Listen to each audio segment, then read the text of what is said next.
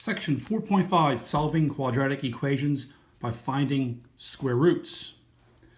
A couple terms for us before we proceed.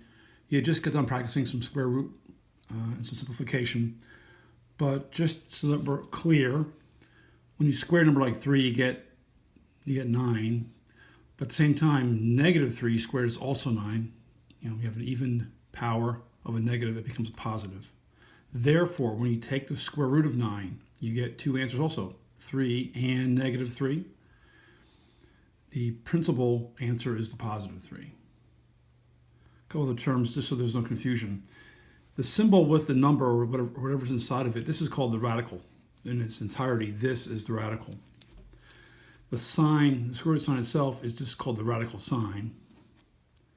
And the number inside of there, that S there, that's called the radicand.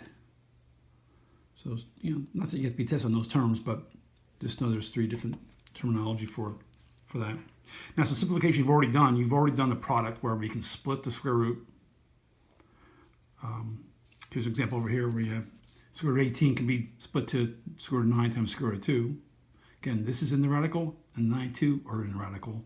Then you can take the square root of 9 and get the 3. Likewise, you can do the same thing with division. If you have a fraction with one radical sign, you can split the radical for both radicands. Okay. Here's an example over here. There's 2 divided by this 25, the entire thing over the square root. Splitting the radical sign, and then taking this radicand, square root of 25, you get 5. And that can't be simplified any further. Alrighty. And simplifying square roots. You are done simplifying once. No radicand has a perfect square other than 1. So once you get down to the square root of 2, for instance, over here, you're done. And key here also, there's no radicals in the denominator of a fraction. This is brand new. We'll get to that in a minute. All right, here's some problems similar to what we've done already, but some new stuff. So the first one, 80, square root of 80.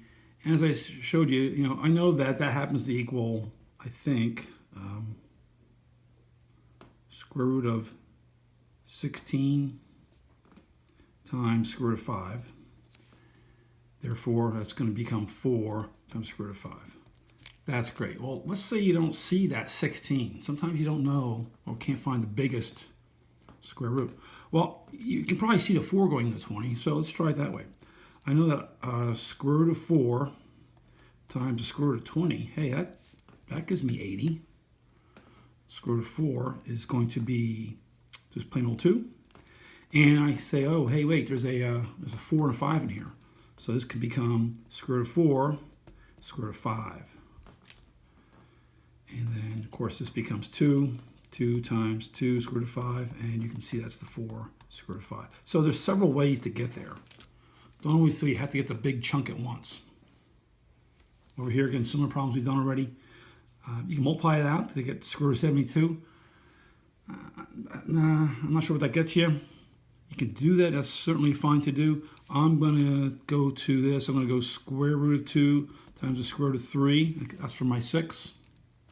I know this is 3 and 7, so I'll put a square root of 3 and square root of 7. And now I know this gives me a perfect square. So I'll have square root of 9 times the square root of 14. I just combined the 7 and the 2 inside the radical sign, and the 3 and the 3 got me the 9. And that simply becomes 3 times the square root of 14. And yeah, there's not much you can do with the 14. All right, here's some fractions we haven't talked about yet, but pretty simple. Again, you split the radical sign, so you have square root of 4 over square root of 81. Hopefully quickly you see that's just going to be 2 over 9. And you're done with that one. On letter D here, I'll split the radical, square root of 7, square root of 16, and I'll just leave that 7 there, and that becomes a 4. Again, no radical in the denominator. I'm done, and there's no other factors of 7 that are perfect squares, so that's done also. And here's some more at the bottom we can work on. 27, square root of 9, square root of 3, and 3 square root of 3. And some of these you may not recognize. This is going to be 49, square root of 49, square root of 2, If I multiply that out, I get 150. And that, I think I can work with 150. So I'm going to go to square root of 150 because I know that 25 goes into that. So it's going to be equal to square root of 25 times the square root of 6. And that's then 5 times square root of 6. If you don't see that, you can take this to be, I'll just start this for you can see it maybe later. Square root of 2, square root of 5, square root of 5, square root of 3. Again, this is the 10, this is the 15. This becomes 25. And square root of 25 is the 5. And 2 times 3 is the 6. So you can go with that either way. With this one, I see square root of 2, square root of 4. That gives me 8. This is 4 times 7, so square root of 4, square root of 7. These two will get me 16. So it's square root of 16, square root of 14. That's simply 4 square root of 14. And some quick fractions here. Square root of 9 and square root of 64, piece of cake there. That's going to be 3 over 8. Square root of 15, square root of 4. 15 you're done with, so square root of 15's got to stay over 2. Circle those. 11 and 25, square root of 11, square root of 25, square root of 11 over 5. And 36 and 49, so square root of 36, square root of 49, 6 over 7. Okay, now, next page, something new. As I said, when you're simplifying, you may have a radical in the denominator, and you cannot have that. The square root of numbers such as, if you have square root of 6 or some number that's not a perfect square, that's an irrational number. That's going to be 2 point something that goes on forever and ever. That's an irrational number. You can't have irrational numbers in the denominators. So you have to rationalize the irrational number. You have to get rid of it. And there are several possible setups that you'll have, and they're over here on the right. If you just have a square root of a number, you just have to multiply it by numerator and denominator by that same number under the radical, basically multiplying by 1. We'll see some examples in a moment. If you have us adding or subtracting with another number, another constant, you do the opposite sign. So you have a plus square root of b, you do a minus the square root of b. And vice versa, you do the minus, you do the plus. And you may be asking, why do we do this? Well, hopefully you recall from our shortcut factorization we did just maybe last week. If you had x squared minus 16, remember how you could factor that quickly? I'll show you quick. It was x plus 4, x minus 4. So the alternating signs got you back to a point where you have perfect squares.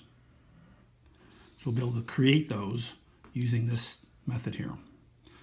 Might be confusing. Let's go look at some examples to help you out. First one, square root of 5 over square root of 2. So again, it's the square root of 5 over the square root of 2. I split the radical. Well, here's this square in the denominator. It's not a perfect square. So it kind of looks like this. So we'll multiply numerator and denominator by that value. So all I'm doing is multiplying by 1. Square root of 2, square root of 2. That's just 1. So I'm not changing the value of this. When I do this, again, they're both, all these numbers are inside the radical, I will get square root of 10 over square root of 4. And that works out beautiful. You created the square, so we end up getting square root of 10 just over 2. No more radical in the denominator. That's pretty easy to do. Now, for letter B, I'll rewrite it here for you. 3 over 7 plus the square root of 2. Okay, you have an irrational number in the denominator. You're adding a constant to it. If you look up here, kind of have this set up right here. We multiply by the binomial of the 7 minus the square root of 2. So, quite simply, I'm going to multiply the top and bottom by 7 minus square root of 2.